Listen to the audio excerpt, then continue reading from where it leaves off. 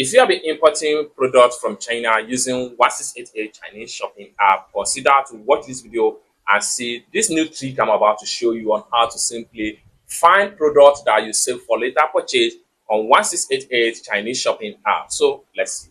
But before we dive into the tutorial, as you know me, my name is Rafi Yakub. I'm an importer and a procurement agent. If you want me to procure Lincoln 1688, Taobao, pinduoduo, or Fish, or you want me to pay a Chinese supplier, or you want me to coach you on how you can be a procurement agent, or you want me to fund your Alipay account, or you want me to pay your any Chinese supplier from any Chinese e-commerce platform, consider to contact me on WhatsApp with the number in the description of this video. And don't forget to subscribe to the channel, turn on the notification bell for more tutorial tips and tricks on how best to use your 1688 Chinese shopping app. So with that being said, let's get started. Welcome back to this video. Let's see how to simply find save items for later purchase on 1688 Chinese shopping app.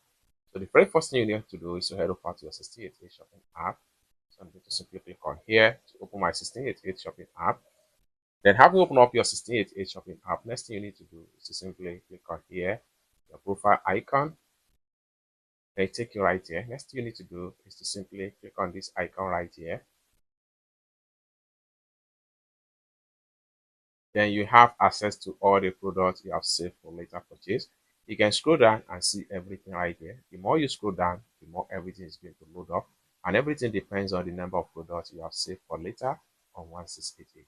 So if you are ready to make a purchase, you can simply click on the product link and it will take you back to the product sales page. From here, you can simply make your purchase. That's simple. For more tutorial tips and tricks on how to import from China with 1688, consider to subscribe to the channel. Thank you so much for watching, and I hope to see you in my next video.